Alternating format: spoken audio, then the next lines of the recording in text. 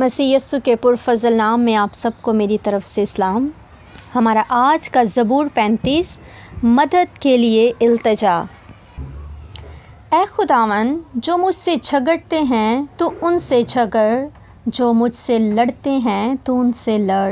ڈھال اور سپر لے کر میری کمک کے لیے کھڑا ہو، بھالا بھی نکال اور میرا پیچھا کرنے والوں کا راستہ بند کر دے۔ میری جان سے کہہ میں تیری نجات ہوں۔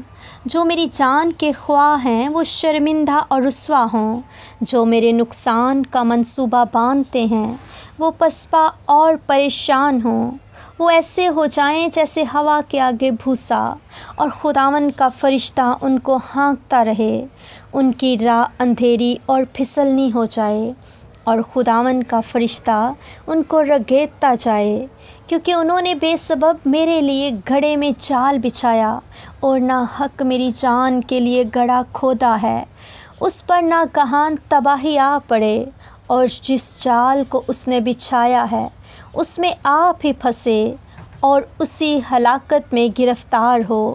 لیکن میری جان خداوند میں خوش رہے گی، اور اس کی نجات سے شادمان ہوگی۔ میری سب ہڈیاں کہیں گی، اے خداوند، تجھ سا کون ہے جو غریب کو اس کے ہاتھ سے اور جو اس سے زوراور ہے اور مسکین و محتاج کو غارت گر سے چھڑاتا ہے۔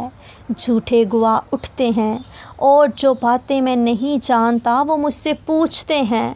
وہ مجھ سے نیکی کے بدلے بدی کرتے ہیں، یہاں تک کہ میری جان بے کس ہو جاتی ہے۔ لیکن میں نے تو ان کی بیماری میں جب وہ بیمار تھے ٹاٹ اوڑا، اور روزے رکھ کر اپنی جان کو دکھ دیا، اور میری دعا میرے ہی سینے میں واپس آئی۔ میں نے تو ایسا کیا گویا وہ میرا دوست یا میرا بھائی تھا۔ میں نے سر جھکا کر غم کیا، جیسے کوئی اپنی ماں کے لیے ماتم کرتا ہو۔ پر جب میں لنگڑانے لگا تو وہ خوش ہو کر اکٹھے ہو گئے۔ کمینے میرے خلاف اکٹھے ہوئے، اور مجھے معلوم نہ تھا۔ انہوں نے مجھے پھاڑا اور باز نہ آئے۔ ضیافتوں کے بدتمیز مسخروں کی طرح انہوں نے مجھ پر دانت پیسے۔ اے خداوند، تو کب تک دیکھتا رہے گا؟ میری جان کو ان کی غارت گری سے اور میری جان کو شیروں سے چھڑا۔ میں بڑے مجمع میں تیری شکر گزاری کروں گا، میں بہت سے لوگوں میں تیری ستائش کروں گا۔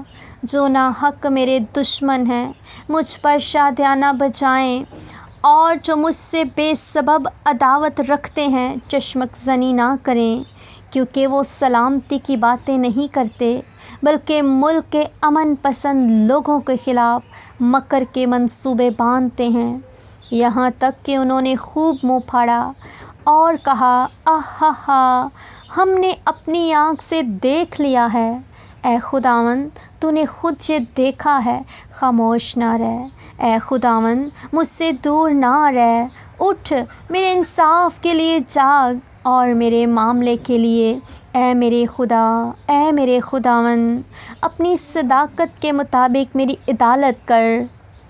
اے خداوند میرے خدا، اور مجھ کو اور ان کو مجھ پر شادیانہ بجانے نہ دے۔